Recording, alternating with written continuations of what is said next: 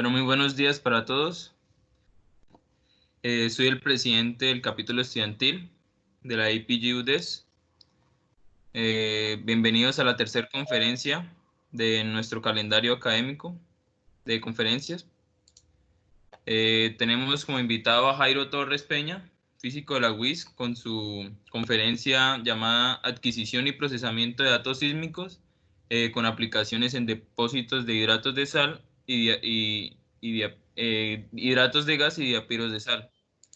De antemano agradecerle a todos los asistentes, que muchas gracias por su participación e interés, y también a Jairo, en nombre de la Junta Directiva y todos los miembros de la IPG. Estamos muy agradecidos con él por aceptar nuestra invitación y todo esto. Le damos una bienvenida a Jairo. Buenos días, Jairo.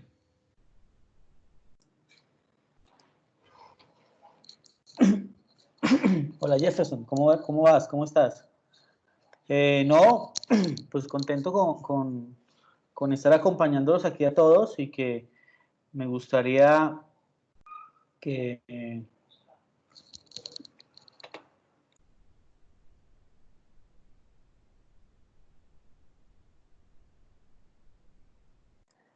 me gustaría pues que todos pudieran aprovechar parte de lo que vamos a exponer hoy. Es una charla, digamos, muy interesante, también un poco introductoria acerca de la adquisición y procesamiento de datos sísmicos en un software conocido como Seismic Unix, de la escuela de minas en Colorado, en Golden. Y pues es un software muy versátil, me parece que ayuda mucho a entender muchos de los flujos de procesamiento y adquisición de datos, y te ayuda a recrear modelos del subsuelo, modelos complejos, como el caso de las estructuras salinas, de las zonas de los sedimentos con hidratos de gas, los sedimentos marinos con presencia de hidratos de gas, y que de cierta manera, pues, puedes usar esta herramienta para hacer investigación, puedes recrear modelos geológicos simples, modelos geológicos complejos, y puedes incluir propiedades físicas de las rocas, ¿sí? Y puedes simular cómo es la propagación de las ondas en esas situaciones geológicas complejas.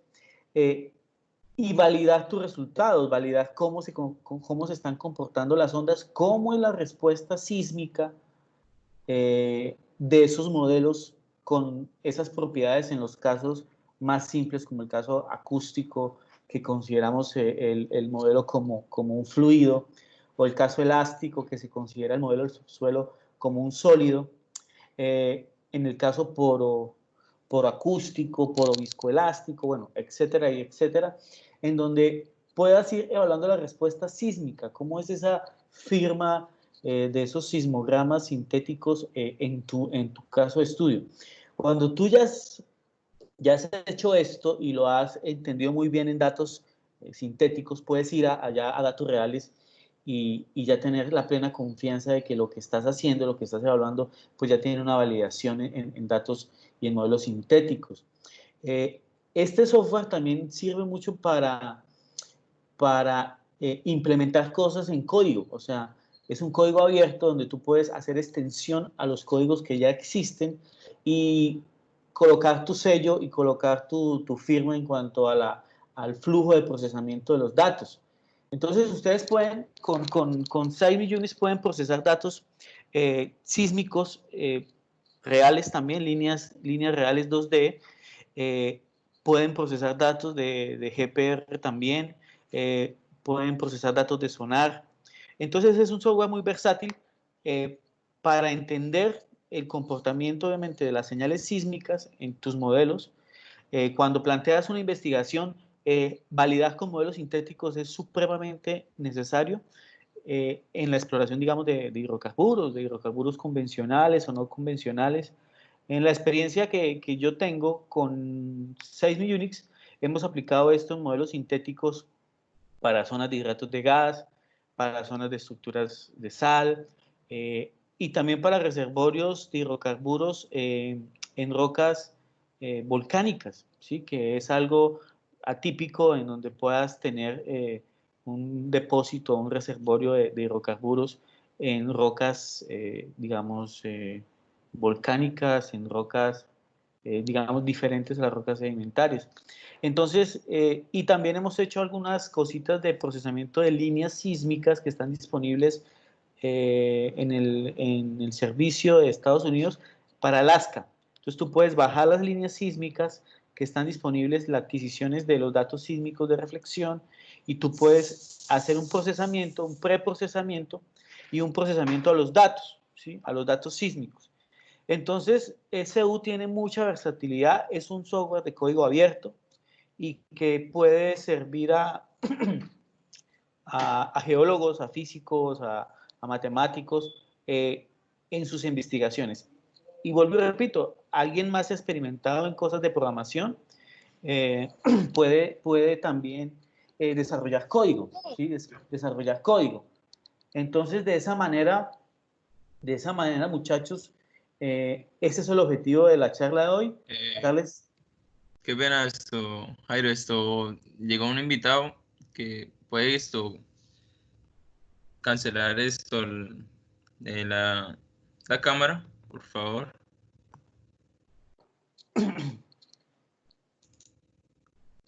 ADN.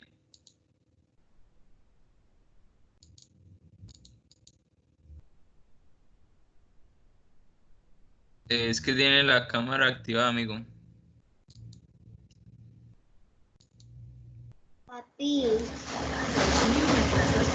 Gracias. Gracias. Listo, no se preocupe. Bueno, entonces para toda la gente, esto es lo que puede hacer Seismic Unix. Vuelvo y digo, es un código, es un software abierto, es un software libre que está basado en Unix, y pues se necesita obviamente unos conocimientos básicos de Unix, de Linux, y comandos básicos para trabajar. Entonces voy sin más preámbulos, agradecerles otra vez a los chicos del capítulo estudiantil de la IPG acá en la UDES, y felicitarlos por su trabajo en este tiempo de pandemia. Entonces, voy a compartir aquí la presentación para todos, entonces.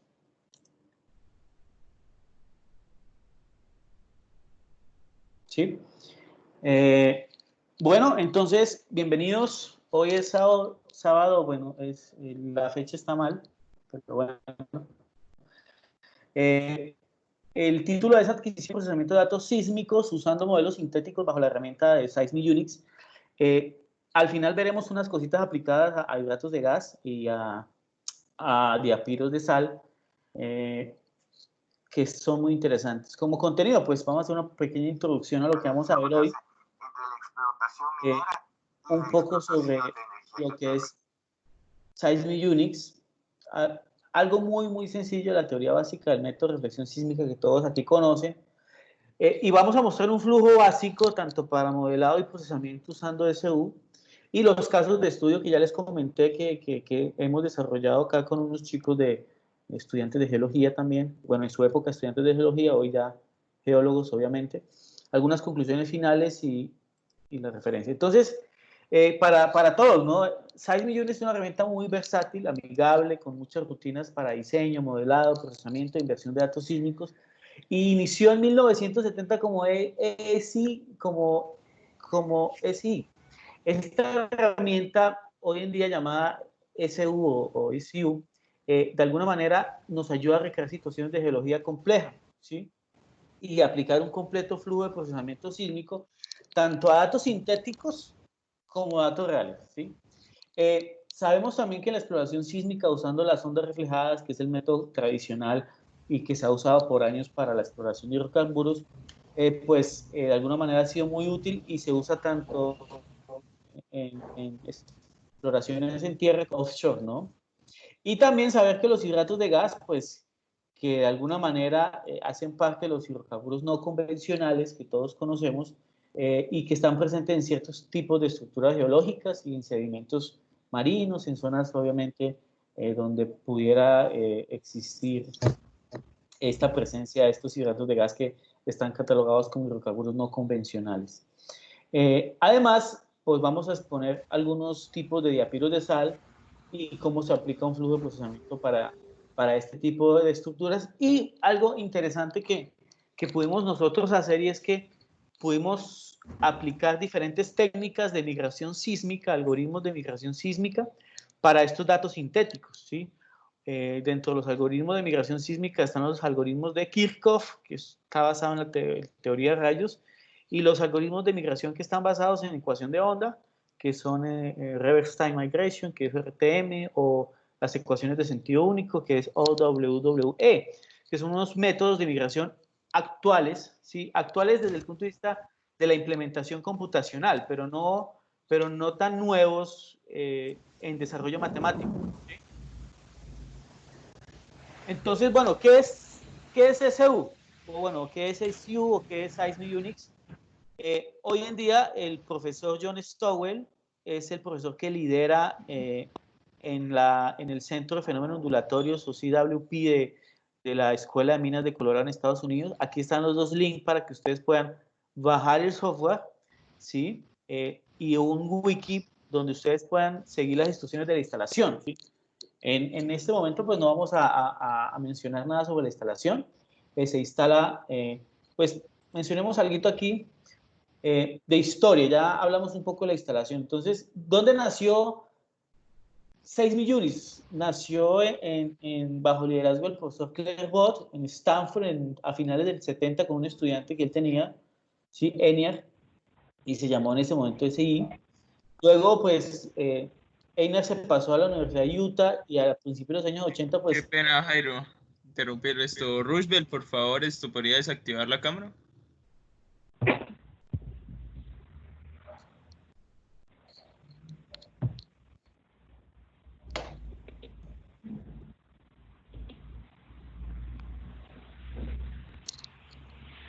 Roosevelt.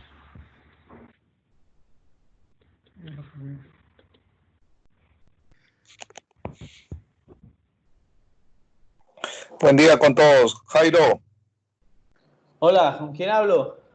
con Alex Miranda de acá de Perú. Jairo, disculpa, ¿podrías hacer la presentación no haciéndolo de ese modo que queda en la pantalla pequeña? Dalo más grande, por favor. Voy a intentarlo. Vale, gracias. ¿Sí se ve ahora? ¿Sí se ve full screen? ¿Sí se ve en pantalla completa o no? No, Jairo, igual Sí, que ahorita. Es que estábamos haciendo unas pruebitas y no se veía completa, entonces por eso preferí dejarla así. Sí. Qué pena contigo, Alex. Bueno, entonces, vale, queda, gracias. listo, vale. Entonces, como les decía, muchachos, este software nació en Stanford, luego se movió de alguna manera en el 84-86, Suki Ronen, de alguna manera, con lo que ENIAC le compartió, aumentó, digamos, el proyecto SI, y luego, pues, con el profesor Clairvaux y muchos de sus estudiantes en esa época, ¿sí? Como Clayton, Levin, Hale, todos ellos hicieron parte, digamos, de lo que hoy es SU. ¿Cuándo llegó SU a la Escuela de Minas? En el 86 con Ronen, cuando estuvo haciendo su estancia postdoctoral, y luego en el 89 se une John Stowell, que hoy en día es el manager del software, y en septiembre del 92 ya se lanza la versión 19 y ya es llamado como Seismic Unix, y ya desde el 96 al 2001 pues ya Stowell ha liderado todo este asunto. Tiene presencia en más de 60 países y tiene una cantidad de descargas y es muy, muy usado tanto en la parte académica como en la industria. Obviamente no compite, 6 millones no busca competir con las grandes, digamos, marcas de software de procesamiento sísmico como 6 Space o Promax, que todo el mundo conoce, ¿no? Y aquí hay algunos de los personajes que hicieron posible Seismic Unix. dentro de eso está Claerbout, Einier, Cohen, que trabajó cuando llegó a la Escuela de Minas de SU, pues Cohen trabajó de la mano con Stowell, pues ya falleció en el 96. Aquí está Suki Ronen también. Y pues la última tanda de científicos que han participado en el desarrollo de SU, pues David Hale y John Stowell. Él, pues, hoy en día es el manager y el responsable de las actualizaciones del software. Nosotros hicimos por ahí con un chico de ingeniería civil hace un par de años un update al software y unos cambios que Stowell aprobó a un algoritmo de migración preapilado en profundidad. Entonces, donde hubo unas mejoras debido a la complejidad del código. Nosotros hicimos unas mejoras al código implementado. Yo desarrollé en mi trabajo de maestría unos algoritmos de migración basados en ecuación de onda, extendiendo algoritmos que ya estaban en 6-bit Unix, en donde consideré anisotropía. Entonces, esto ha sido como de alguna manera esta interacción con este software que es muy versátil y nos ayuda mucho a entender. Y pues cabe también reconocer que fue premiado por la ACG en el 2002. Ahí están la viuda del señor Cohen, Stowell, bueno, toda la gente que hace parte de SU, que hubo un reconocimiento especial por parte de la ACG en el 2002. ¿Sí? Bueno, en la instalación, pues para instalar SU necesitas obviamente un sistema operativo Linux como Ubuntu, Fedora, CentOS, Red Hat, y puedes instalar en sistemas operativos como Mac. En Windows usando esta herramienta Cwin, que de alguna manera ayuda para tener un entorno similar a una consola en Windows. Aquí les comparto el link para que vean el paso a paso de la instalación. Hay que tener un poco de paciencia, hay que tener conceptos básicos y el manejo de comandos básicos de Linux, ¿vale? ¿En qué se basa SU? Básicamente SU, como aquí vemos, se basa en una consola. Acá tenemos una consola, esas consolas negras que todo el mundo le tiene a veces pavor, ¿sí? Y se basa en entrada, en paso de comandos en consola y tuberías, o sea, paso como paso de datos. O sea, aquí por ejemplo tengo una función que es un proceso 1 y de alguna manera este archivo 1 es un archivo de ingreso para este proceso 2. O puedo tener una salida a un proceso. ¿Sí? Aquí tengo un proceso 2 y con mayor genera una salida. ¿Sí? Y de alguna manera la salida del proceso 3 se puede adjuntar a la salida del archivo 2. Y puedo tener tuberías que comunican procesos. Yo puedo tener, digamos, un proceso. Aquí puedo hacer un proceso en SU, ¿sí? Y aquí me puede generar una salida, un archivo salida, y ese archivo salida, mediante esta pipe, mediante esta tubería, yo le puedo pasar el archivo al proceso 2. Entonces es de alguna manera el paso de comandos por consola y tuberías. Entonces, si no tienes experiencia en manejo de herramientas, comandos básicos de Unix o Linux, pues tienes que empaparte un poco antes para poder trabajar con SU. No es una curva de aprendizaje tan difícil, hay que con tiempito y con calma se puede trabajar con este software.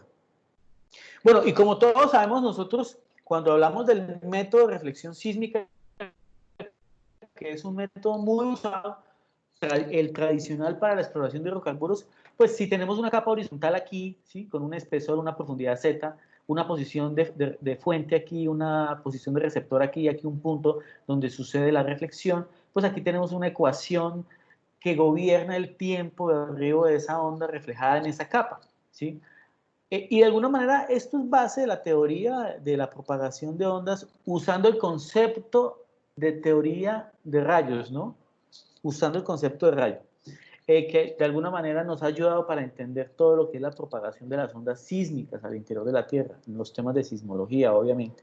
Cuando tú ya tienes este archivo, este dato, de dato en tiempo versus distancia en el dominio del disparo, pues tienes que luego ir al dominio del punto medio común que todos conocemos, que que es cuando tú ya haces un ordenado de esos datos y escoges aquellas familias que comparten ese mismo punto medio común. ¿Cuál es el objetivo luego? Pues que esta hipérbola en el dominio del CMP-Gether, tú la planes, ¿sí? La planes y pues al final eso se hace mediante una corrección normal move-out con una velocidad adecuada.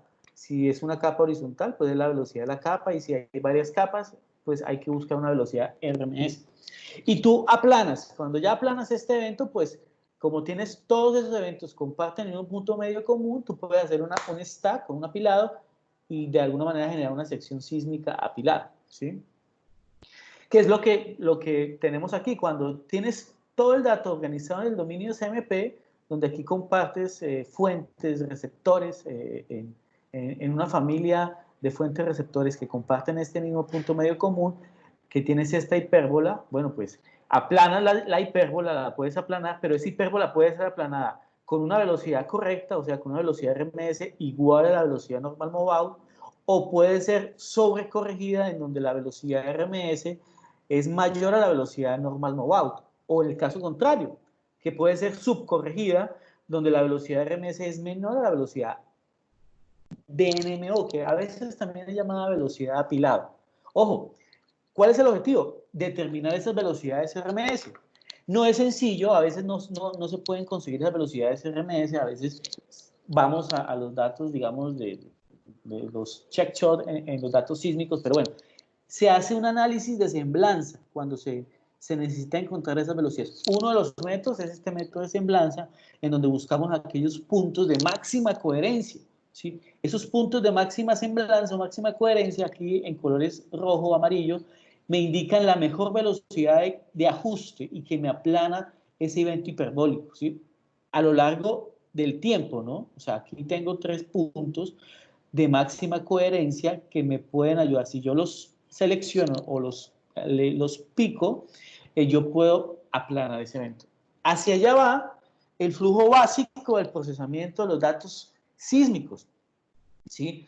Hasta buscar una sección sísmica corregida por el normal move-out. También hay una corrección deep move-out, pero bueno, no está explicada aquí, en donde tú buscas en el dominio de SSMP, tú buscas aplanar esos eventos y obtener una sección apilada.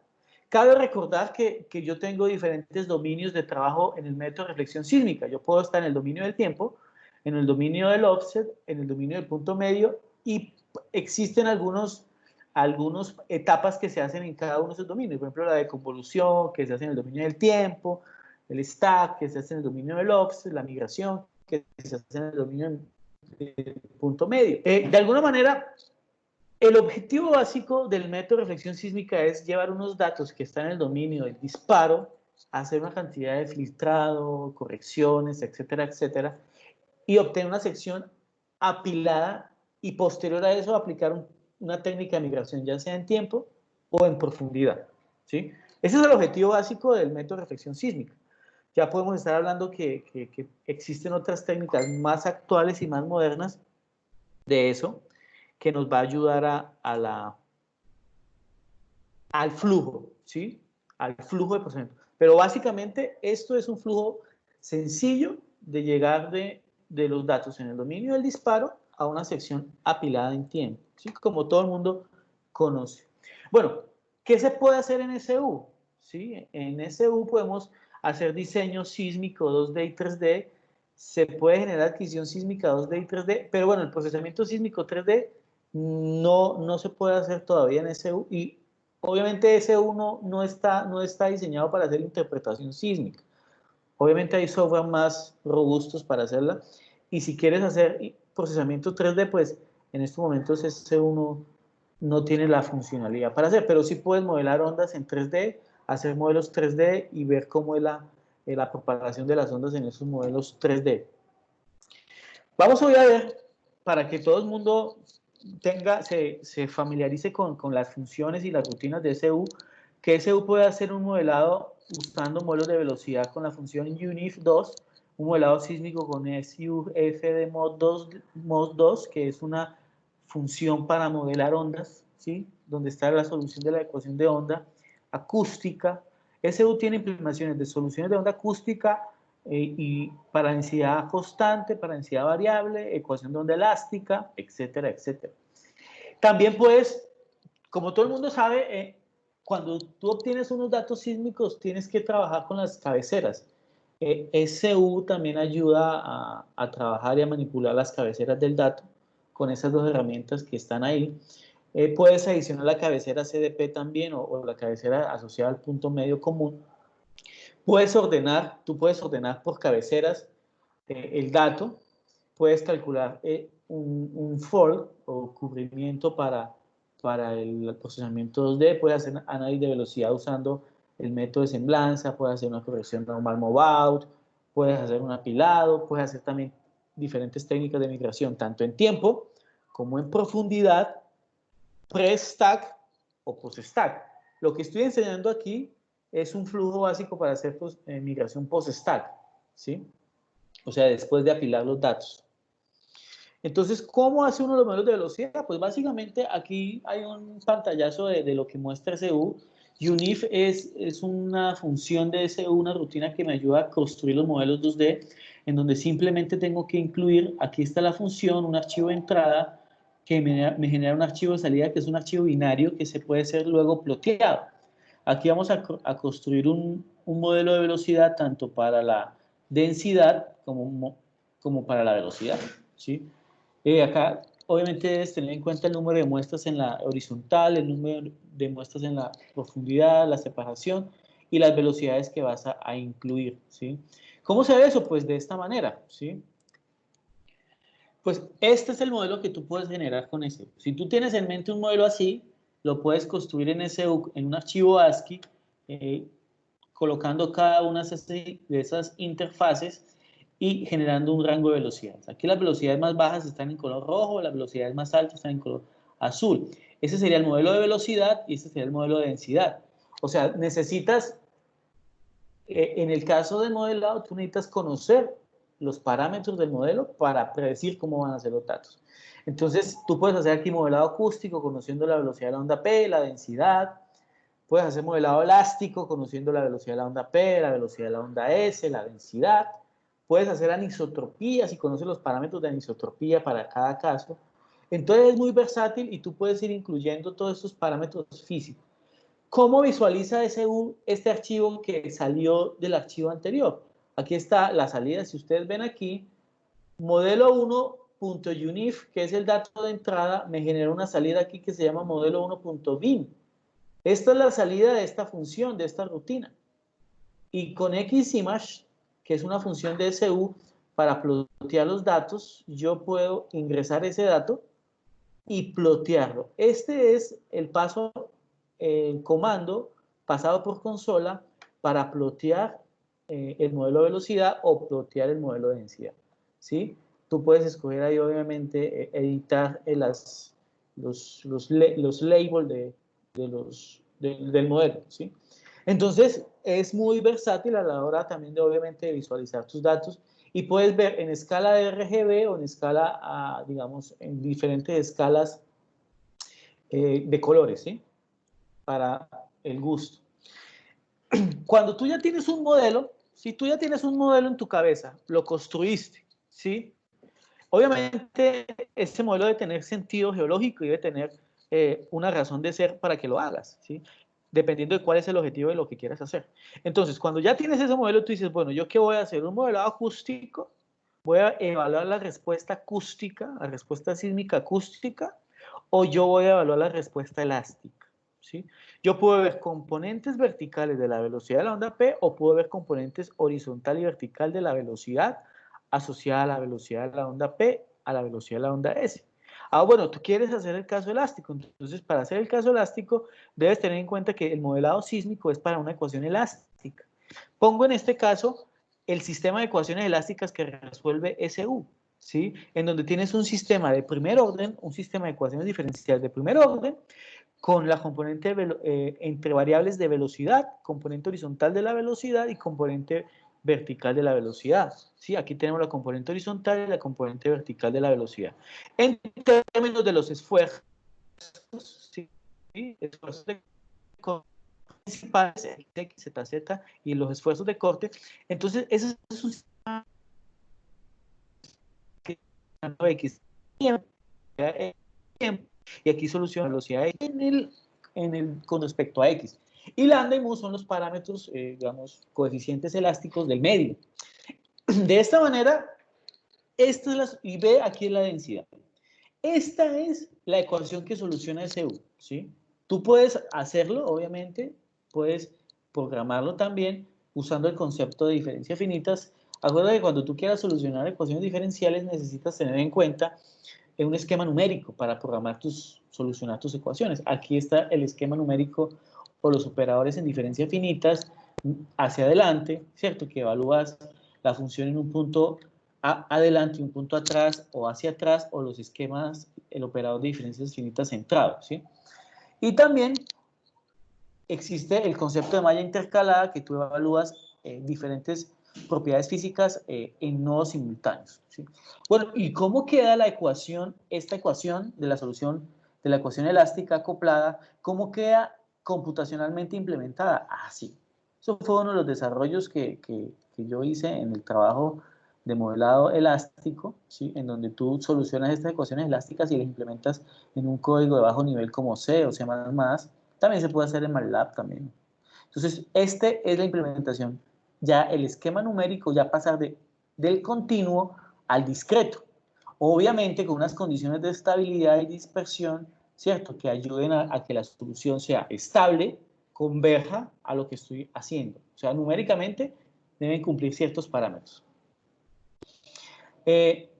Ya cuando entiendes qué ecuaciones estás solucionando y qué quieres hacer, si ya quieres hacer un modelado acústico, un modelado elástico, el caso más complejo sería un modelado poro viscoelástico anisótropo, donde incluyes porosidad, viscosidad, anisotropía, velocidad de onda sísmica P y S, densidad. Entonces, cada vez que adicionas más a la complejidad del subsuelo, pues las ecuaciones se van a complicar más y la implementación se complica un poco más, ¿sí? Y aquí está una rutina en donde está el modelado por diferencias finitas de la solución de la ecuación de onda acústica de segundo orden, no la elástica, sino la más sencilla de segundo orden, en donde necesitas un modelo de velocidad de entrada, ¿sí? Donde necesitas conocer, obviamente, cuál es el número de muestras en la horizontal y en la vertical, cuál es el tiempo que quieres registrar en segundos y cuáles son las coordenadas de las fuentes que quieres hallar. Y eso te va a dar a ti un archivo en donde vas a ver el campo de onda, cómo es la evolución del campo de onda para los instantes o para los diferentes instantes de tiempo de tu modelo, ¿sí? O sea que básicamente estás simulando cómo sería la propagación de las ondas, en este caso ondas acústicas, considerando el modelo del subsuelo como un fluido y poder ver cómo es la respuesta de los sensores, ¿sí? Eso lo puedes hacer con SU, que es lo siguiente que lo vemos. Aquí está. Cuando ya definiste esto, pues tienes que generar, obviamente, unos archivos de entrada, ¿sí? La densidad, el modelo de velocidad, y aquí hay algunos parámetros de la adquisición, ¿sí? Lo que hablábamos, ¿no? El número de muestras en profundidad, la separación de cada muestra, la frecuencia de la ondícula, el tiempo máximo. Aquí te genera unos getter de los archivos para las posiciones de los disparos, etcétera, etcétera.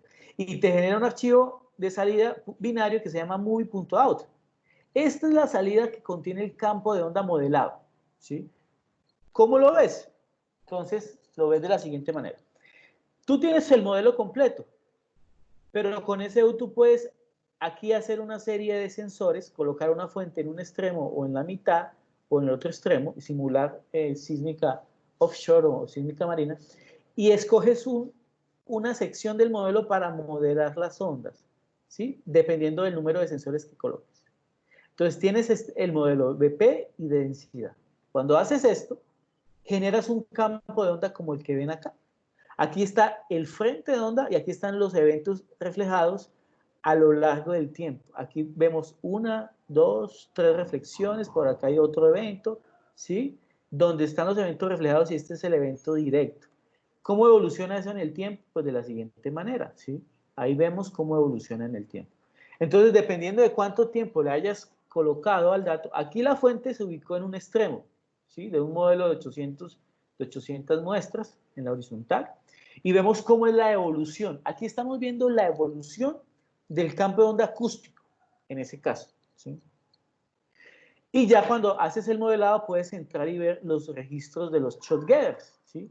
Los datos en el dominio del disparo. Aquí vemos el evento directo, algunas reflexiones con buena amplitud. Generalmente saben que la amplitud decae con la profundidad o con el tiempo, debido a que la energía se va de alguna manera perdiendo amplitud por los fenómenos de divergencia esférica, de atenuación sísmica, bueno, de absorción, etcétera, etcétera, etcétera, ¿cierto? Ojo, este modelado es un modelado acústico sencillo, ¿sí? Y aquí tienes los eventos en tiempo. Entonces, mira, creas el modelo, generas una adquisición sintética, simulas coordenadas de disparo, coordenadas de sensor. Ves la propagación del campo de onda en tu modelo y registras los shot getter para las posiciones que escogiste, ¿sí? Y al final, cuando quieras visualizar cada uno de los getters, aquí por ejemplo está el getter número 1000, aquí está con su ximas, que es la función de ximas, pero visualizar datos con SU. La extensión .su lo único que quiere decir es que tiene cabeceras del dato. Entonces esta es la función que visualiza con datos de cabecera. Acuérdate que esto es un archivo de entrada para visualizar esta función. Y con SUXMovie es la función que me ayuda a ver el campo de onda. El campo de onda evaluado en el tiempo, ¿sí? Posterior a esto, ya vienes a preparar el dato sísmico. Acuérdense que cuando usted adquiere los datos, aquí tienes una fuente, aquí tienes unos sensores en la horizontal, pues tú tienes que preparar el dato y tener en cuenta el número de disparos, las coordenadas de disparo, las coordenadas de sensores. Todo eso hay que tener en cuenta para pasárselo al dato. Y hay dos funciones que es SUSHW, que me ayuda a hacer operaciones entre los headers. Por ejemplo, aquí hay una ecuación de operación, dependiendo de qué valores quiera yo modificar, si es el número de cabecera, el número de sensor. Todo eso se puede hacer con SU, lo mismo con SUSHW. Son estos dos paquetes. Y ya tengo todo el conjunto. Yo puedo adicionar la cabecera CDP, ¿sí? Esta cabecera CDP, y generar un archivo de salida. Ya tiene los datos ordenados por CMP. Eso ya lo puedo hacer. Y aquí tengo todo mi conjunto de datos. Aquí está todo mi conjunto de datos ya organizado para mi modelo de velocidad. Aquí ven todos los disparos adquiridos a lo largo de la línea, ¿sí? Y lo ploteas con sus images.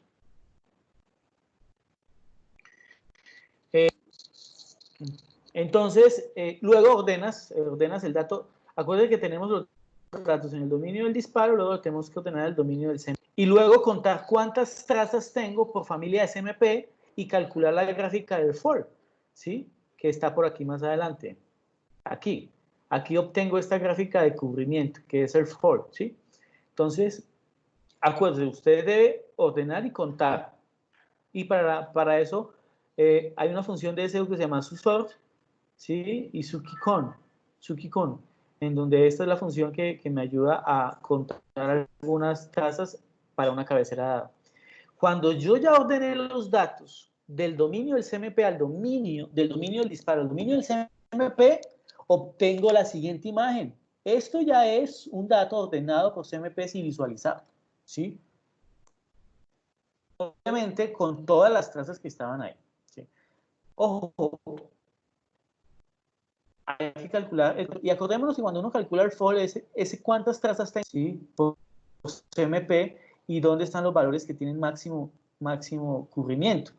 Los valores que tienen máximo cubrimiento, los valores de CMP que tienen máximo cubrimiento, son los que me sirven a mí para hacer el análisis de velocidad. Porque cuando hay un mal cubrimiento, no es bueno hacer el análisis de velocidad para esos datos con mal cubrimiento. Entonces aquí tenemos más o menos 20 trazas, es el máximo número de trazas por familia de SMP, que es muy bueno para estos datos sintéticos. Entonces, ya cuando tengo esto, pues yo ya puedo hacer un análisis de velocidad.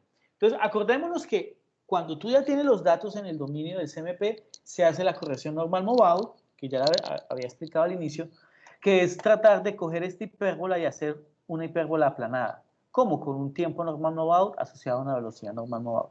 Y aquí están los casos que ya comenté, donde está la hipérbola sin corregir, la hipérbola totalmente plana, cuando escoges una velocidad que sobrecorrige el normal movado o cuando no lo subcorrige. ¿Sí? Entonces, obviamente esos son datos sintéticos. Aquí aparece un efecto de stretching o de estiramiento de las trazas a offsets largos que hay que considerar en los datos sísmicos y luego se hace por ahí una etapa que se llama el mute. ¿Sí? Pero aquí no tenemos, aquí no se está viendo eso. Entonces, luego de eso, pues haces un análisis de velocidad, ves los valores de máxima coherencia. La idea es coger este CMP Gather, aplanarlo, ¿sí? Y bueno, esto es una ventanita en SU donde tú lo haces. Y tú lo haces para los CMP que tengan máximo fall. Ojo, el análisis de velocidad solo se hace para aquellos valores de CMP con máximo fall. Y aquí está la función de SU para hacer el normal move out, que se llama SUNMO. Aquí es donde cuando ya tienes los tiempos normal move out, las velocidades NMO, ya puedes hacer un normal move out al dato, ¿sí? A todo el dato. Mira, aquí está todo el dato, ¿sí? Ya corregido por NMO. Y luego haces un stack, ¿sí? Con la función substack, SUStack, donde entras el archivo ya corregido por normal move out en el dominio del CMP y la salida será la sección ya apilada, que es lo que vemos aquí. Aquí ya hay una sección apilada, ya la relación señal-ruido mejoró, ya se ven los eventos principales, las interfaces de interés, etc. Ojo, esto es una sección sísmica apilada en tiempo. ¿Sí? ¿Cómo la visualizo? Con SUSImage, con SUXImage, que este es el dato apilado y lo visualizas así. Cuando ya tienes una sección sísmica apilada, ojo, hoy en día nadie interpreta sobre secciones apiladas, ¿sí? Entonces, se debe interpretar sobre secciones ya migradas.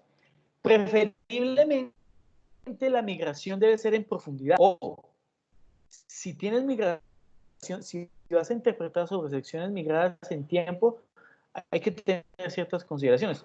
Se interpreta también, pero lo ideal es que ya hoy en día interpretemos sobre secciones ya en profundidad. Hay una teoría, obviamente, de la conversión a tiempo a profundidad que se aplica a los datos migrados en tiempo. ¿Cuáles son los objetivos de la migración? Los objetivos de la migración es colapsar difracciones, corregir estos eventos que aparecen en estructuras como digamos anticlinales. No, esto es un sinclinal, bueno, no me acuerdo. No sé, bueno, aquí esta estructura. Entonces, ese es el efecto Corbatin, que se lo corrige la migración, colapsa también difracciones, y lo otro que mueve eventos de alguna manera. Este es la superficie registrada en el dato sísmico, pero no es la posición correcta. Entonces, la migración lo que hace es mover eventos que tienen un buzamiento aparente a un buzamiento real.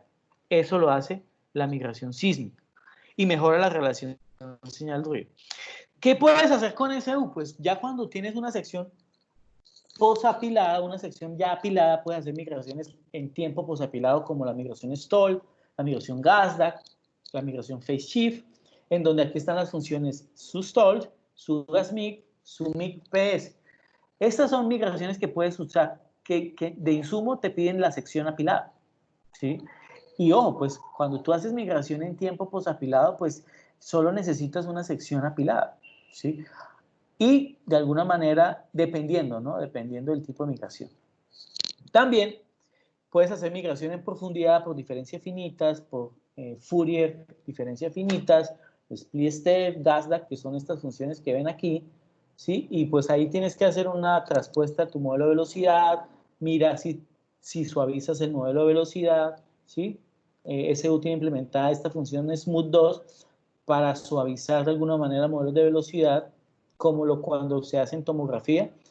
También SU tiene cómo convertir velocidades intervalares a velocidades, digamos, intervalares en profundidad, ¿sí? A velocidades intervalares en tiempo, o velocidades RMS en tiempo, o velocidades RMS en profundidad, con Belcom. Belcom es una función de SU que convierte modelos de velocidad a modelos de velocidades en tiempo, a modelos de velocidad en profundidad, velocidades NMO en tiempo, velocidades RMS en tiempo o en profundidad. Hay esa facilidad por ahí, ahí está la ecuación de Dix funcionando en todo esto. Y esta sería la imagen apilada, este sería mi modelo de velocidad, mi imagen apilada, y aquí sería mi imagen migrada. Entonces aquí mejoró un poquito los eventos, ¿sí? Los eventos de interés. Hay por ahí algunas repeticiones que se pueden disminuir en el... Y esa es una sección, aparecen también unos artefactos por aquí, que hay que tener muchas consideraciones dependiendo del tipo de migración que uses. Pero bueno, eso ya es una sección migrada, ¿sí? Que ya puedes de alguna manera interpretar un poco mejor, están corregidos todos los eventos que hablamos. ¿Listo? Entonces, hasta aquí va más o menos como una introducción a lo que hace SU. Si vean la versatilidad que SU te puede llevar a hacer hasta algoritmo de migración en profundidad. ¡Ojo! Cuando haces migración en profundidad, pre-stack, necesitas tener un modelo de velocidad, ¿sí? Y los datos sin procesar, o sea, sin hacer un apilado, o sea, los datos con un filtrado quizás, pero los datos cuando haces migración en profundidad, pre-stack, a diferencia de la migración, digamos, en tiempo, es que post-apilado, es que tú en la migración pre-stack necesitas los datos en el dominio del disparo y un modelo de velocidad muy bueno. En la migración en tiempo post-apilado, tú lo que tienes ya es una sección apilada, ¿sí? Y ahí, dependiendo del tipo de algoritmo, no necesitas un modelo de velocidad. El modelo de velocidad se puede construir a partir de las velocidades obtenidas con el método de semblanza. Bueno, entonces, vamos si hay alguna pregunta con respecto a esto, al final resolvemos. Bueno, luego acá voy a mostrar un caso de estudio, un trabajito que se hizo en la UIS, Leonardo Gómez, que hoy está en CGE Veritas en Brasil, está ya trabajando para ellos. Ese fue su trabajo de pregrado, luego trabajó en FWI en Brasil, hizo su maestría y pues ya está por allá trabajando y hicimos con él y con Herling González del ICP un trabajo enfocado en modelado sísmico de las propiedades acústicas y elásticas de los hidratos de gas y gas libre asociado. O sea, ver cómo era la respuesta acústica y elástica para los hidratos de gas, considerando también una capa de gas libre asociado debajo de la zona de estabilidad de los hidratos de gas. ¿Sí? Básicamente fue un trabajo muy, muy interesante. ¿Sí? El objetivo era evaluar la respuesta de la amplitud sísmica, usando casos acústicos, o sea, considerando el subsuelo como un fluido, considerando el subsuelo como un sólido, el caso elástico, y considerando el caso poroelástico, para incluir de alguna manera, ver cómo incluir variaciones de la saturación, digamos, la cantidad de fluido dentro del poro, ¿sí? Ese código tocó implementarlo adicional a lo que tiene SEU porque SEU no lo tenía, ¿sí? Ese es como el objetivo general del trabajo, ¿sí? Pues todo el mundo conoce que es un hidrato de gas, pues que que se presentan sedimentos marinos, que es de alguna manera gas metano, ¿sí? Algún tipo de gas, una estructura similar, y esa estructura, pues obviamente hay depositación de sedimentos marinos, y hay ciertas condiciones de temperatura y presión que hace que se genere esa zona de estabilidad, que no voy a entrar a detalles porque lo pueden consultar más a fondo en una charla quizás ya solamente del tema de hidratos de gas. ¿Cuál era una de las inquietudes del trabajo? Era, bueno, ¿cómo vamos a elegir los modelos en donde se presenten este tipo de estructura? Entonces la idea, bueno, había un texto por ahí que hablaba sobre hidratos de gas y de alguna manera vimos que existen diferentes tipos de estructuras geológicas en donde puede existir estos hidratos de gas, ¿sí? Que se llaman, ojo, estamos hablando de que puede existir en este tipo de estructuras geológicas, y aquí hay un concepto de BCR, que es el simulado de fondo marino, reflector del simulador de fondo, o sea, es un reflector de fondo marino que ayuda a la identificación de los hidratos de gas, ¿sí? Y se ve en las secciones sísmicas, ¿sí? Hay diferentes tipos, ¿sí? Se puede ver tipo cinturón, tipo cuenca, tipo cañón submarino, tipo plataforma continental, ¿sí?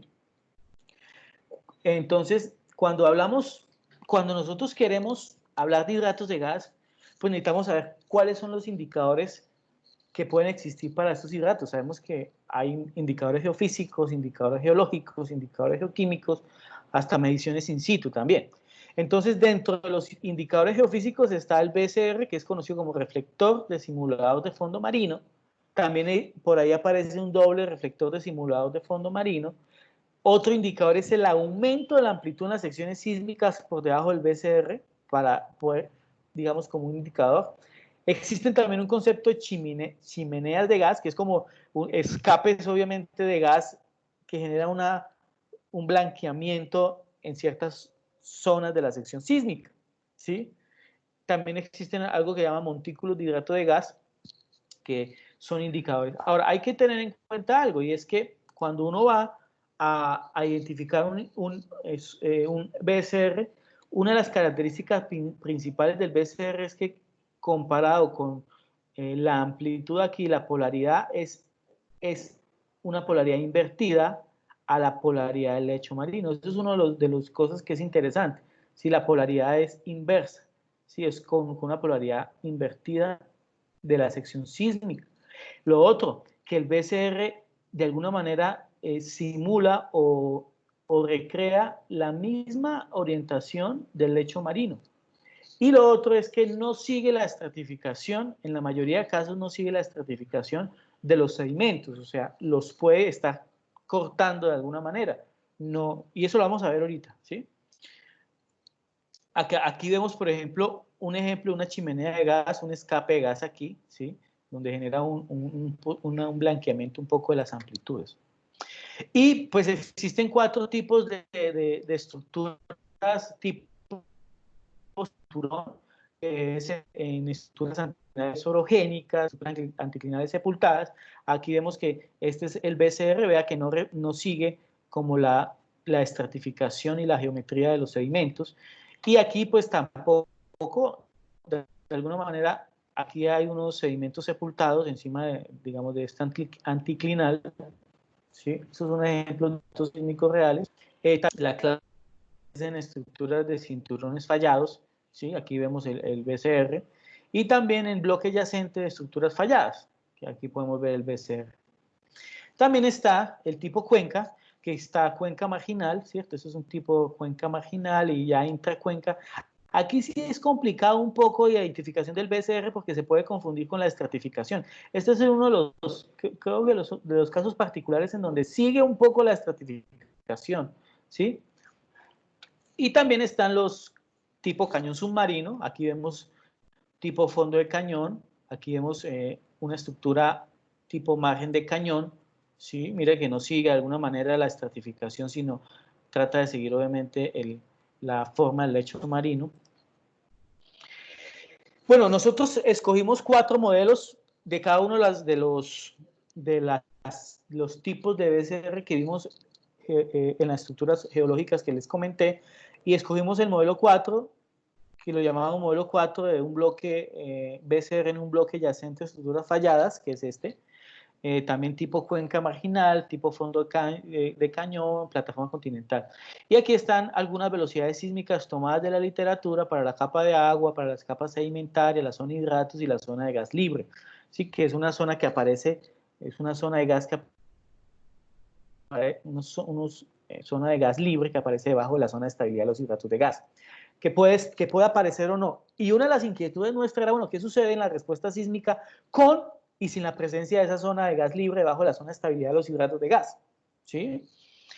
Entonces aquí vemos los modelos. Nuestra adquisición sísmica fue una fuente ubicada a la izquierda y receptores a la derecha, y generar un tendido sísmico alrededor de ese modelo. Aquí está los datos de velocidad de onda P y velocidad y la densidad para la primera zona, para el primer modelo, ¿sí? El segundo modelo, aquí vemos la capa de los hidratos de gas. Lo hicimos para el también para el fondo de cañón, ¿sí? Que es acá está. Esta es la densidad y esta es la velocidad sísmica, velocidades desde 1480 hasta 2100 metros por segundo, ¿sí? Esta es la capa de agua en rojo. También hicimos para la tipo plataforma frontal de relleno de frente, ¿sí? Aquí está nuestra capa de hidrato de gas, nuestra zona de estabilidad de hidrato de gas. Este es el caso acústico, ¿sí? Entonces aquí están los parámetros de adquisición, aquí está todo, los datos sísmicos para los sismogramas para cada uno de esos, de las situaciones mostradas en cada uno de los modelos, ¿sí? El intervalo de receptores, número de geófonos, bueno, el offset mínimo, el offset máximo, etcétera, etcétera. Y aquí vemos el análisis de semblanza para los datos sísmicos de uno de los modelos, ¿sí? Donde sabemos que escogemos aquellos puntos de máxima semblanza, ¿sí? Que nos ayudan a horizontalizar los eventos.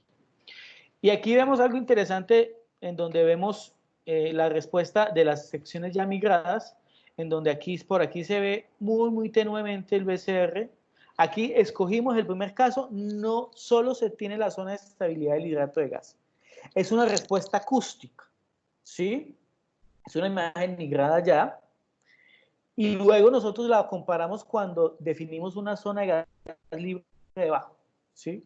Entonces aquí se ve de alguna manera muy tenue, no es un rasgo muy característico que nos dio en los modelos, o sea, sabemos que está aquí porque conocemos el modelo, ¿sí?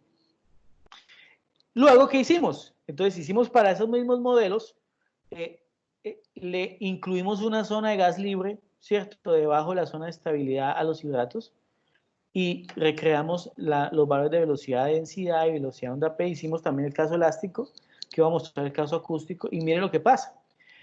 Cuando ya incluimos esa zona de gas libre en las secciones sísmicas migradas ya en profundidad, mire, en donde no estaba la presencia de gas libre, la capa de abajo de la zona de estabilidad, aquí sí se vio y se ve de mejor manera el BCR. Lo mismo aquí, mira cómo el BCR de alguna manera se ve mucho mejor. O sea que, y aquí mire cómo sigue la forma del lecho marino. Este es el lecho marino y mire cómo el BCR sigue la forma del lecho marino y cómo sí es un poco más evidente, ¿sí? Cuando está la zona de gas libre suprayacendo, o sea, en la parte de abajo de la zona de estabilidad, es más visible el BCR. ¿Qué hicimos luego? Luego hicimos, bueno, vamos a incluir la parte por...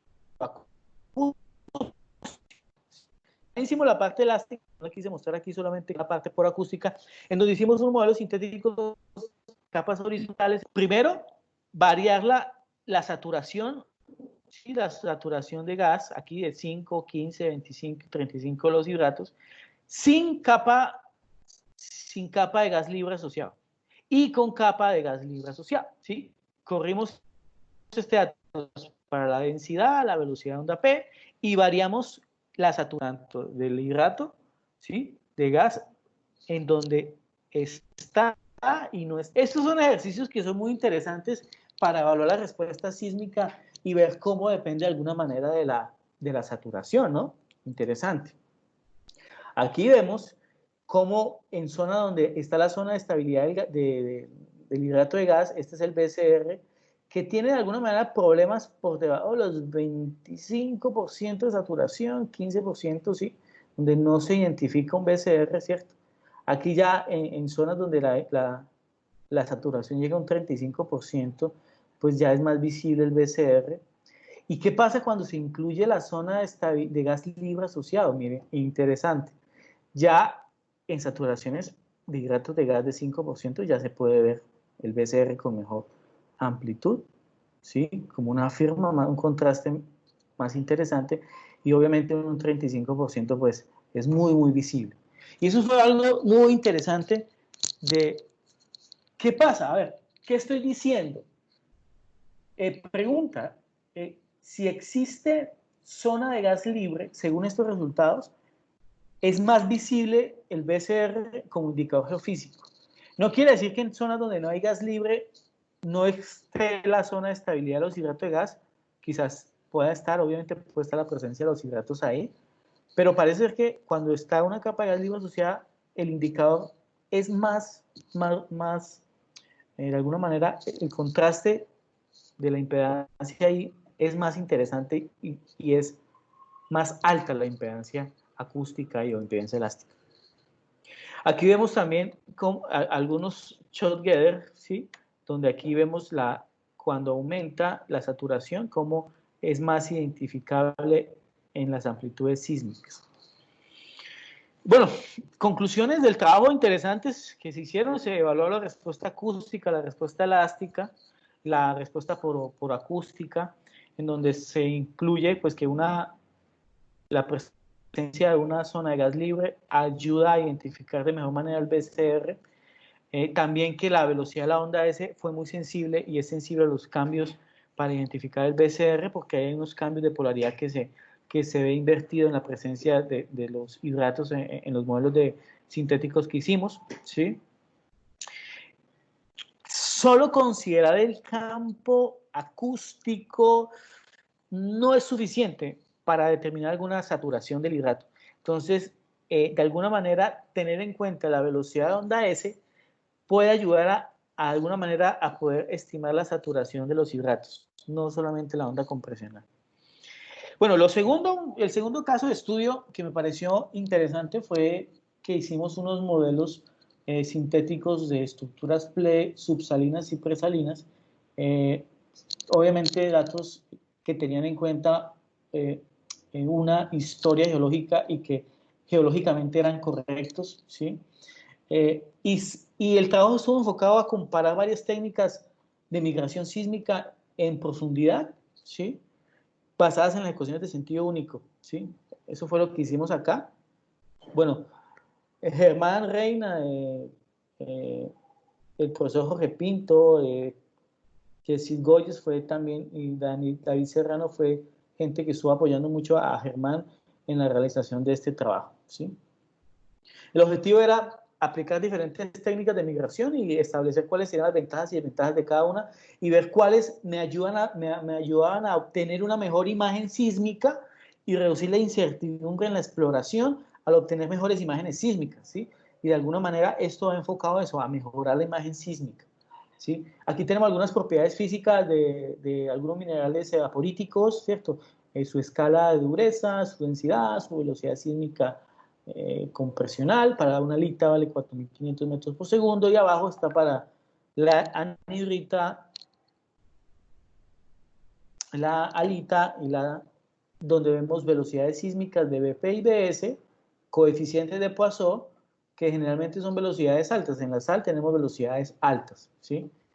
Y esto es un problema en las imágenes sísmicas cuando usas un procesamiento convencional, que no puedes construir, no puedes delinear muy bien los flancos de la sal, los topes o las bases de la sal, y es un problema, o sea, es un problema hacer una interpretación y obtener imágenes sísmicas muy buenas en zonas de hidratos de gas, en zonas de depósitos de diapilos de sal. Aquí vemos diferentes tipos de estructuras salinas, tanto como puntuales como lineales, los conocidos rodillos de sal, lengua de sal, las cúpulas, bueno, las almohadas. Todo eso son estructuras salinas que se pueden generar debido a cómo la sal deforma los sedimentos, digamos, cercanos, y se va distribuyendo debido a esfuerzos tectónicos y a tectonismo en la zona, ¿sí? Sabe obviamente la diferencia de densidad, que de alguna manera esto es importantísimo, en donde podemos tener sales alóctonas, autóctonas, ¿sí? Podemos tener, por ejemplo, en este caso, una cúpula desprendida, ¿cierto? Etcétera, etcétera, ¿sí? Importantísimo. En las referencias podemos ahondar más en eso. Y aquí viene algo interesante que les quiero contar, y es que ¿cuándo uno debe aplicar un algoritmo de migración? Considerando dos cosas. Uno, qué tipo de velocidades tengo y cómo es la estructura geológica. Entonces, la migración en tiempo posapilado es muy buena para cuando tengo estructuras planas y que la velocidad aumenta con la profundidad. Entonces, puedo hacer migración posapilado en tiempo. Pero el caso más complejo es cuando la geología es compleja, las velocidades son complejas, hay zonas de baja velocidad por allá más profundas, la estructura, digamos, aparecen pliegues, anticlinales, diques, con variaciones laterales fuertes de la velocidad. Entonces se recomienda que sea una migración pre-stack en profundidad. ¿sí? Entonces, eso es muy importante. Entonces, ¿nosotros qué hicimos? Nosotros aplicamos diferentes tipos de migración. ¿Cuáles? Aquí están. Acordémonos que dentro de las técnicas de migración sísmica está la teoría de rayos de Kirchhoff, que basa en la ecuación de onda diagonal, que es esta, que ven aquí, sí, que son aproximaciones de altas frecuencias, y la ecuación de onda completa, que son los métodos como OWW, que es One Way Equation, y la Reverse Time Migration, que es migración reversa en el tiempo, que esta usa toda la ecuación de onda, que es la que está acá. Esta es la ecuación diferencial para un campo acústico, y aquí están las ecuaciones de sentido único, o las ecuaciones de ecuaciones de onda unidireccional. Aquí solamente vamos a ver un campo de onda descendente y un campo de onda ascendente. Podemos separar los campos. Aquí no, aquí en esta migración se usan los dos campos, tanto modelado y reflejado juntamente. Aquí uno matemáticamente puede desacoplar el campo descendente y el campo ascendente. Y eso es una de las ventajas del método, ¿sí? Del método de migración sísmica. ¿Qué métodos hay? Pues extensiones de esto está el PSPI, FD, Fourier, FD, SpeedStep, son los que aplicamos nosotros aquí y los comparamos. Entonces, básicamente, este es un ejemplo de un modelo de una estructura salina aquí, acá un tronco de una sal, y aquí unas zonas también quizás salinas. Se generan los datos sintéticos como lo que ven aquí. Aquí vemos algún evento de onda directa, refracciones. Estos eventos se filtran, se quitan. Aquí, y vemos aquí ya un dato un poco mejor y algunos procesos de amplitud de ganancia para ver los eventos principales. Con esto puedes obtener una sección apilada con el procesamiento convencional y pues vuelvo y repito, ¿no? O sea, esta es una imagen apilada donde ustedes aquí ven que la estructura o el tamaño de esta estructura salina no es el correcto y que aquí no se ve absolutamente nada. Se ve una zona blanca, un blanqueamiento de las amplitudes, obviamente debido a esa variación lateral de la velocidad, y debajo de la sal pues también no se generan las estructuras. Obviamente eso es una sección apilada en tiempo que nadie interpreta hoy en día sobre eso. Entonces lo que hicimos fue hacer varios modelos y compararlos, ¿sí? Con Germán. Y aquí vemos los cuatro tipos de migraciones o técnicas de migración aplicadas. Esta es la migración en profundidad preapilado y esta es la migración en tiempo posapilado. Que en zonas donde tenemos problemas, mira que aquí trató de delinearse muy bien esta estructura, pero el tamaño no es, la forma no es. Aquí no se ve absolutamente nada, ni aquí ni aquí. El único algoritmo que trató de corregir y de poder poner esas amplitudes bien y esta estructura vertical fue esta, pero aún así aquí hay problemas, ¿no? Pero mire cómo delineó muy bien esta estructura de sal, ¿no? Entonces, eso es una de los... Ojo, cuando tú haces un algoritmo de migración preapilado necesitas un buen modelo de velocidad, ¿sí? Aquí es conociendo muy bien el modelo de velocidad, que de alguna manera es importante que tú lo obtengas de una FWI, de un método de tomografía sísmica, etcétera, etcétera. Entonces, te recomiendo obviamente los métodos preapilados en profundidad, que pueden ser un poco más costosos, pero bueno, funcionan mucho más mejor, ¿no? Aquí vemos otro ejemplo. Aquí están los algoritmos de migración en sus versiones posapilado. Y vea en posapilado en profundidad. Y miren lo que pasa aquí. Aquí tenemos una estructura y aquí hay unos sedimentos planos, horizontales, en donde aquí se ven levantados como un efecto del pull-up, ¿sí? Hay un levantamiento debido a esta zona de alta velocidad, genera un efecto pull-up, que ninguno de los algoritmos que nosotros aplicamos post-apilado funcionó y no recreó muy bien la estructura correcta. Entonces, si pasamos a los dominios pre-stack, pues mire lo interesante, aquí sí aplanó muy bien y muestra muy bien la geometría de estas estructuras planas aquí, recrea un poco acá la base de la sal y el tope lo recrea muy bien y ayuda, de alguna manera esto puede ayudar a una mejor interpretación, ¿no? También hicimos este otro modelo en donde voy a mostrarles los datos posapilado. Miren la migración posapilado. Primero, aquí se genera una falsa discontinuidad. Aquí no hay ninguna discontinuidad. Cercana a esos cambios laterales se genera un efecto de una falsa discontinuidad. Cualquiera diría, por aquí pasa una falla, pero es una estructura falsa, ¿sí? Que se genera debido a una a una mala migración aplicada en los datos. ¿Sí? Y aquí vemos que sí corrige. Mira, estos son los datos pre-stack. Y el espesor de esta estructura salina es mucho más clara y mucho más correcta. También hicimos este domo, esta cúpula, o en forma de domo, en donde se hicieron y aquí pues de alguna manera se puede identificar que algunos algoritmos ayudan a reconstruir muy bien los flancos de la sal. Sí, aquí vemos, por ejemplo, aquí tenemos la posición correcta, en donde este evento por la migración SPLISTEF no corrigió muy bien la posición, pero la migración PSPI sí ubicó muy bien estos flancos de la sal, que es difícil de delinear en los algoritmos de migración. ¿Sí? Y esta estructura o trampa que habíamos puesto por aquí también la identificó muy bien. Entonces, de alguna manera, todo este tipo de ventajas de usar los algoritmos pre-stack hoy en día es como el mensaje, ¿no? Lo mismo para aquí se pudieron delinear mejor estas zonas falladas, ¿sí? También en delimitar paleocanales y en algunas trampas estructurales como estos de acá se pueden identificar mejor con algunos algoritmos de migración. Mire, por ejemplo, el de diferencia finita genera mucho ruido y no delinea muy bien las estructuras, eso es un problema. En cambio, PSPI sí funciona muy bien.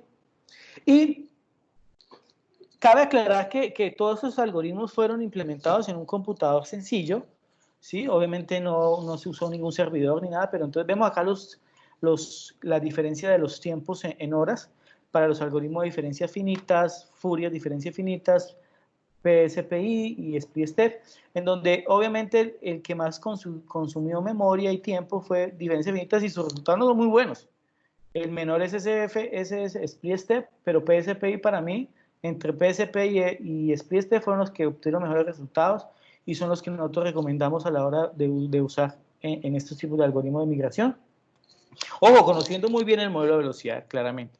¿Cuál fue la diferencia? Y acá están los datos posapilados en color azul, pero obviamente el número de trazas para los modelos sintéticos fueron cerca de 2000 para los modelos posapilados. En cambio, en los datos preapilados, tú tienes que trabajar con los datos en el dominio del disparo, que aquí eran cerca de 107.000 trazas, y eso genera toda esa cantidad de tiempo. Pero ¿cómo mejoras esto? Pues con computación de alto desempeño, con servidores, con GPUs, etcétera, etcétera, y teniendo obviamente computadores robustos para generar estos algoritmos y más en datos reales, ¿no?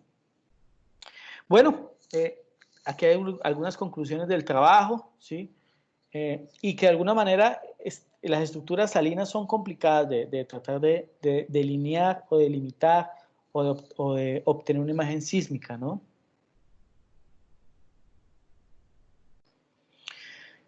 Bueno, se hace necesario de alguna manera uno tener en cuenta todos esos efectos de múltiples, porque se trabajó con datos, digamos, de alguna manera marinos se evidenciaron.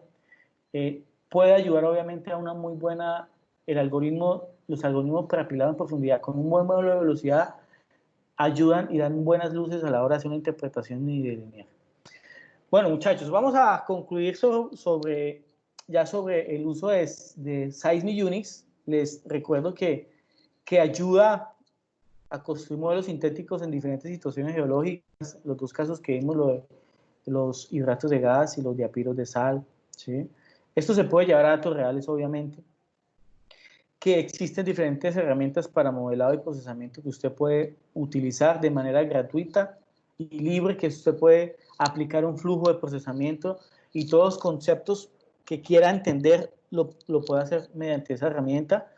Puede desarrollar códigos basados en los códigos que ellos tienen, extendiendo algún tipo de rutina.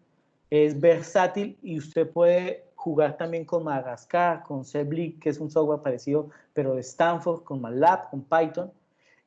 Ayuda mucho para datos también de GPR, datos de sonar. Y que SU está escrito en lenguaje de bajo nivel como C, C++ y Fortran. Y bueno, aquí también quiero dar un reconocimiento y créditos a los chicos que hicieron parte de esto y a los profesores que hicieron parte de esto, porque fue un trabajo obviamente no mío, ¿sí? No solamente mío, sino Germín González de Ecopetrol, Jessis Goyes, el profesor Jorge Pinto, Leonardo Gómez y Germán, que fueron los estudiantes. Y bueno, acabamos de terminar, entonces muchas gracias por escucharme y esa paciencia. Perfecto, Jorge.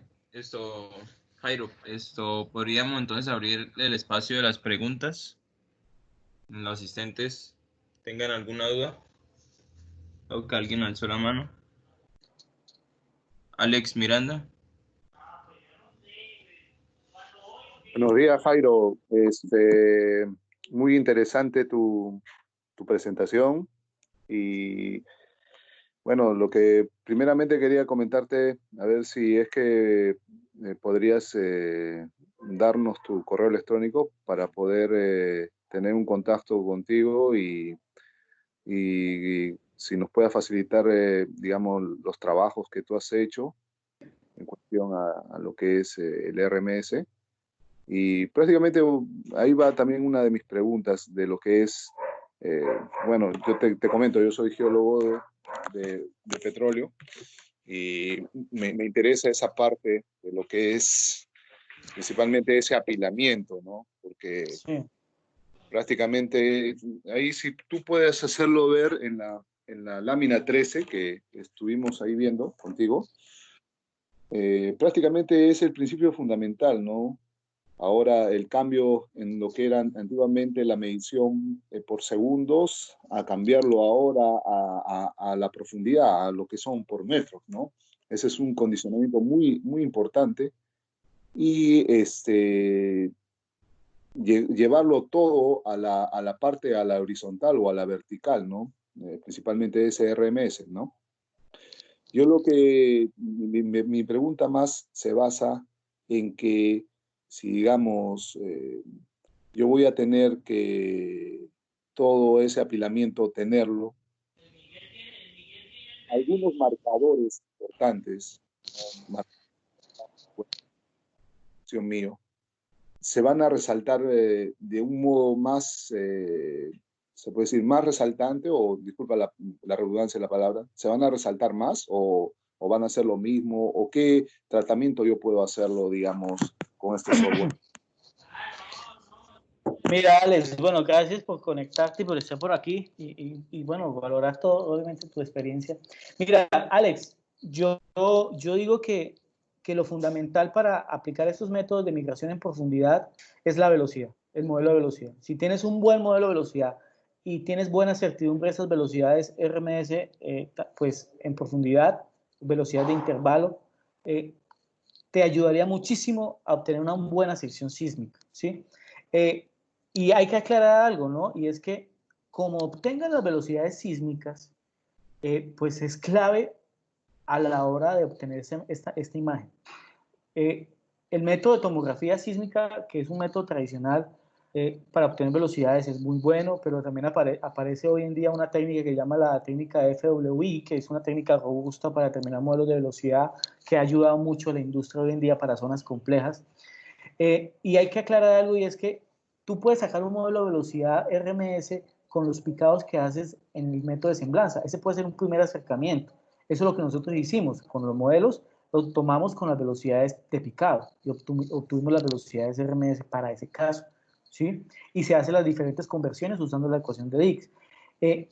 Cuando tú haces una sección apilada, tú lo que estás buscando es mejorar la relación señal-ruido.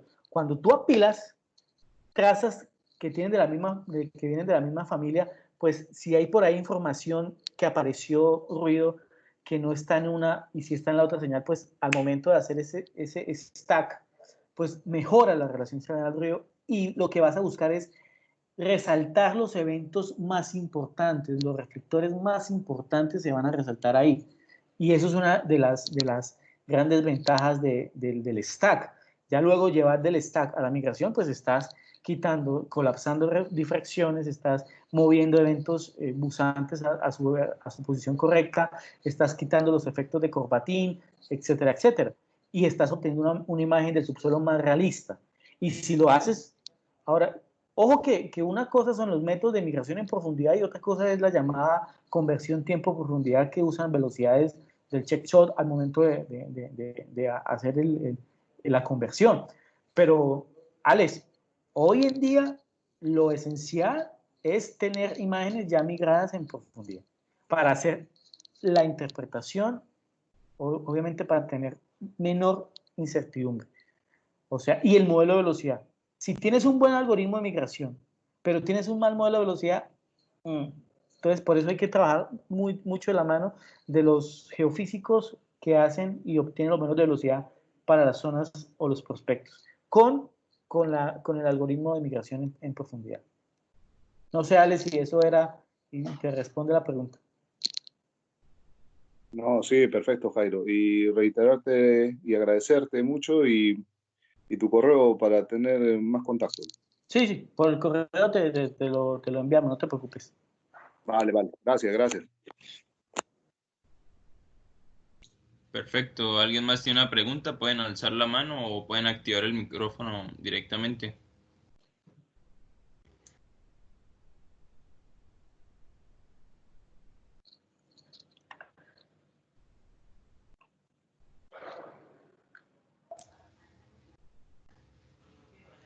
Jairo, yo tengo una pregunta. Digamos, ¿qué parámetros afectaría el modelo de velocidad o sí que me afectaría para obtener una buena resolución de mi modelo de velocidad?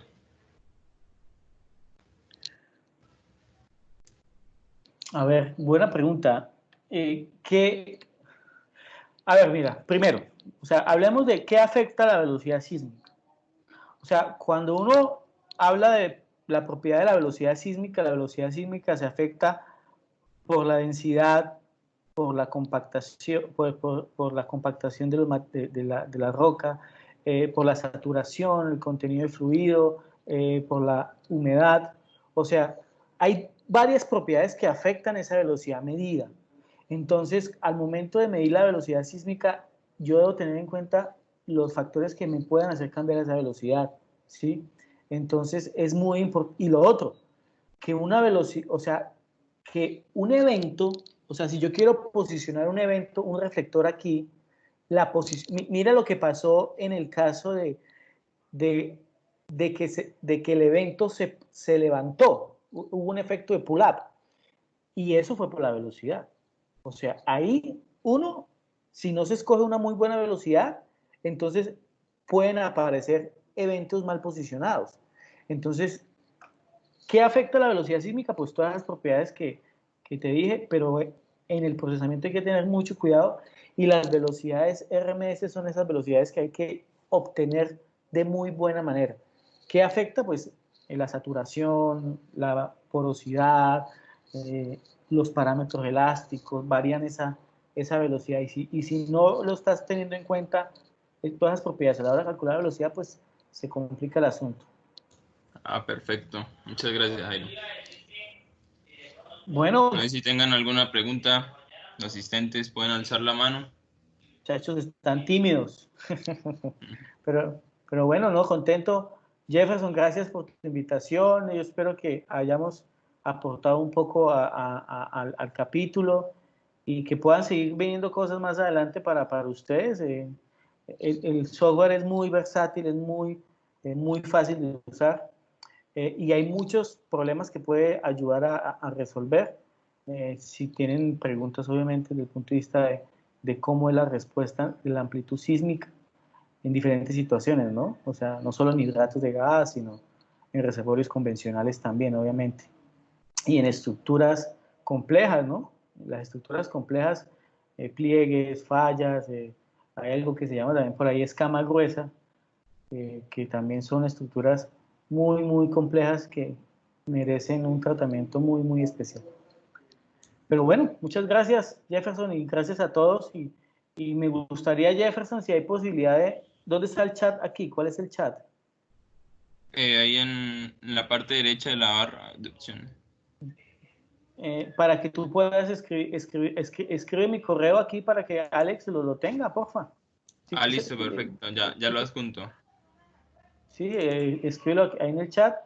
Y no, muchachos, la gente que tenga cualquier interés en aprender un poco más sobre el software y si tiene algunos problemas interesantes de investigación, pues lo que necesiten.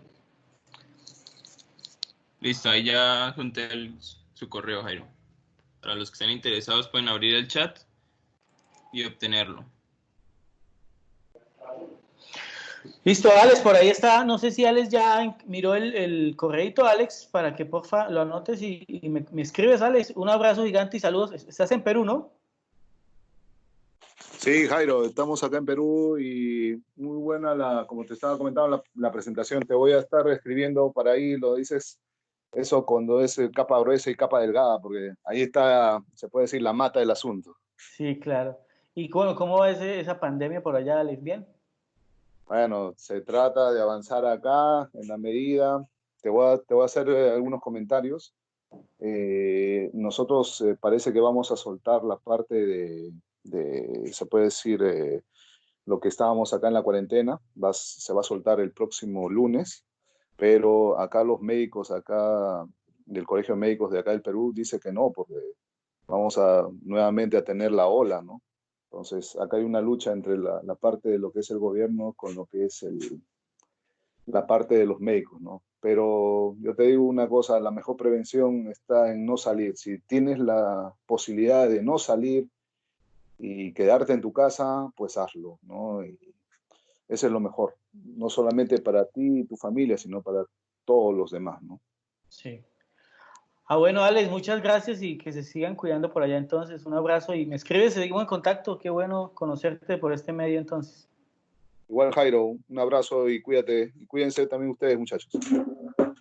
Listo, perfecto, muchas gracias. Pues bueno, darle muchas gracias a Jairo por aceptar la invitación. La verdad, esto muy enriquecedor esta conferencia.